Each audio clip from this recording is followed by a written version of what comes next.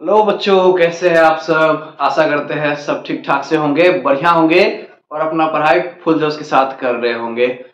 Once again thank you so much for making us achieve 1K subscribers.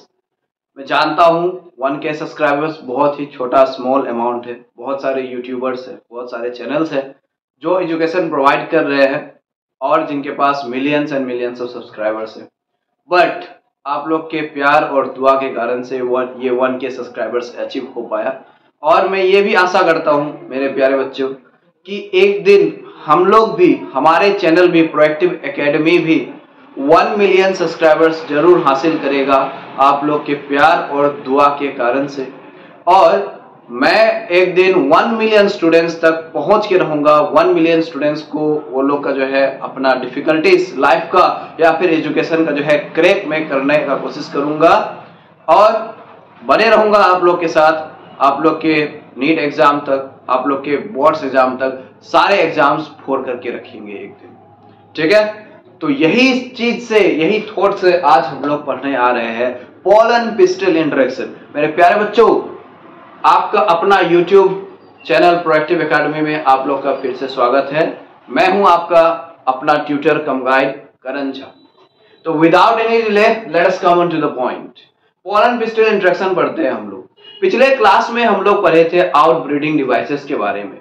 ठीक है, तो अब देखो आउटब्रीडिंग डिवाइसेस आर्टिफिशियल पॉलिनेशन करने के लिए होता है, यानी ये cross pollination, most probably cross pollination करने के लिए होता है। तो चाहे सेल्फ पॉलिनेशन हो या फिर क्रॉस पॉलिनेशन हो, कोई भी पॉलिनेशन टाइप से फर्क नहीं पड़ता है, वेदर इट में बी सेल्फ पॉलिनेशन और क्रॉस पॉलिनेशन। कोई भी पॉलिनेशन टाइप से जो है पॉलिनेशन हो चुका है। अभी पॉलिनेशन होने के बाद, पॉलिनेशन मीन्स ये पोलन ग्रेन जो है स्टिग्मा के सरफेस पे लैंड हो चुका। दिस इज द पिस्टिल, है ना। यहाँ पर ये है स्टिग्मा, स्टिग्मा के सरफेस पे ये पोलन ग्रेन जो है हमारा ये लैंड हो चुका है। This is suppose for example pollen grain. अब यहाँ पर क्या होता है प्यारे बच्चों कि ये पोलन ग्रेन जो है ना, इसके अंदर में जेनरेटिव सेल है। हम लोग इसका भी स्ट्रक्चर जो है पिछले क्लासेस में पढ़ चुके हैं।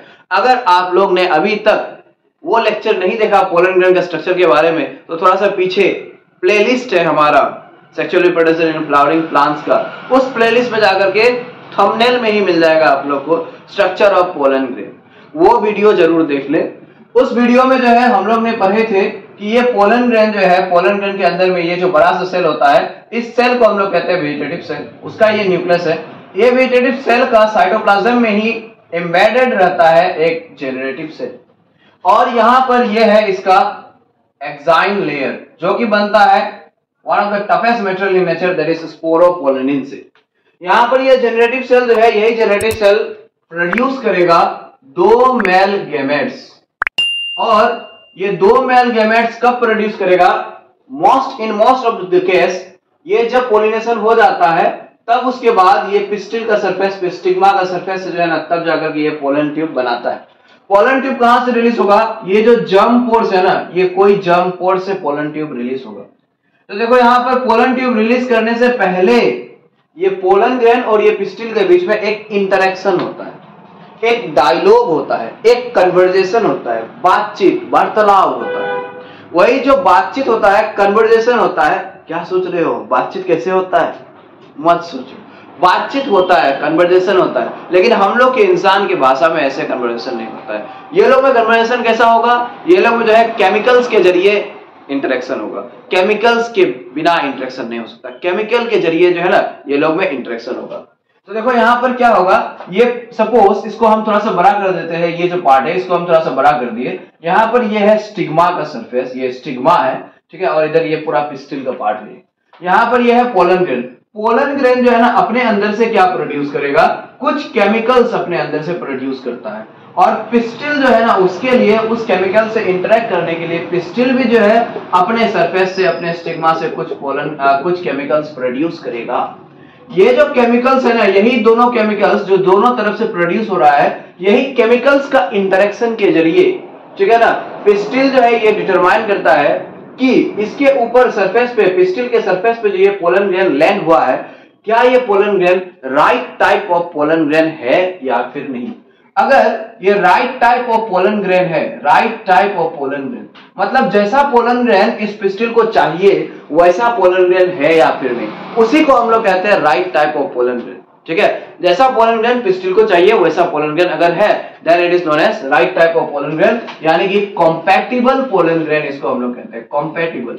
अगर ये कॉम्पैटिबल पोलन ग्रेन है तो पिस्टिल जो है ना इसको क्या करेगा, पोलन को जो है ना ग्रांट कर देगा, ठीक है ना, अलाउ कर देगा, यानी कि परमिशन दे देगा, परमिशन दे देगा क्या करने के लिए, पोलन ट्यूब बनाने के लिए।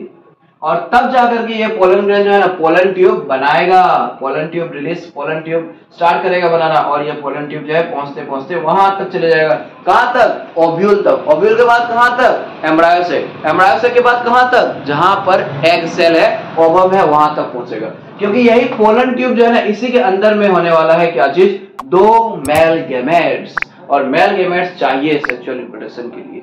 लेकिन अगर ये केमिकल्स जो है इसके साथ, केमिकल का इंटरेक्शन के साथ अगर पता चला कि ये जैसा पोलन ग्रेन रिसीव करना चाहता था वैसा ये पोलन ग्रेन नहीं है, यानी कि wrong type of pollen grain जो है ना लैंड हो चुका है स्टिग्मा के सरफेस पे, then it will be incompatible pollen grain, वो कहलाएगा इनकॉम्पेटिबल पोलन ग्रेन। और अगर इनकॉम्पेटिबल पोलन ग्रेन है तो ये पिस्टिल का जो सरफेस है ना यानी कि स्टिग्मा है ना, ये उस पोलन ग्रेन को रिजेक्ट कर देगा, उसको जो है ना अलाउ नहीं करेगा ग्रो करने के लिए। दूल्हा दुल्हन का केस है, कैसे दूल्हा दुल्हन, अगर दुल्हन ही अलाउ नहीं करेगा शादी के लिए तो दूल्हा जो है जबरदस्ती कर सकता है क्या, यानी कि लड़की ही अलाउ अगर नहीं करता है शादी के लिए तो लड़का जबरदस्ती कर सकता है क्या।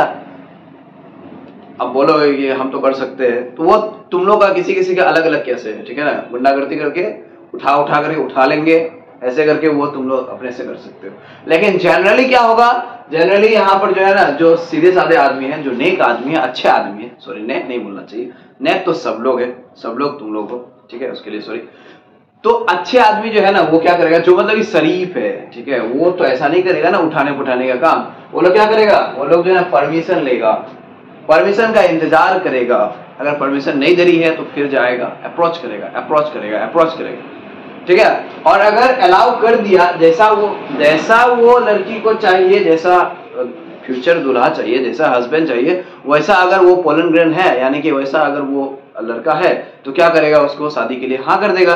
यानी कि वही होता है यहाँ पर, अगर ये right type of pollen grain है तो ये पिस्टिल जो है ना ये क्या कर देगा, हाँ कर देगा, और ये पोलन ट्यूब जो है, ये पोलन ग्रेन जो है अपने अंदर से पोलन ट्यूब निकालेगा और ग्रो कर जाएगा, पोलन ट्यूब जर्मिनेट हो जाएगा। ठीक है ना बच्चों, अगर ये wrong type of pollen grain है यानी कि इनकॉम्पेटिबल पोलन ग्रेन है तो फिर क्या कर देगा, रिजेक्ट कर देगा।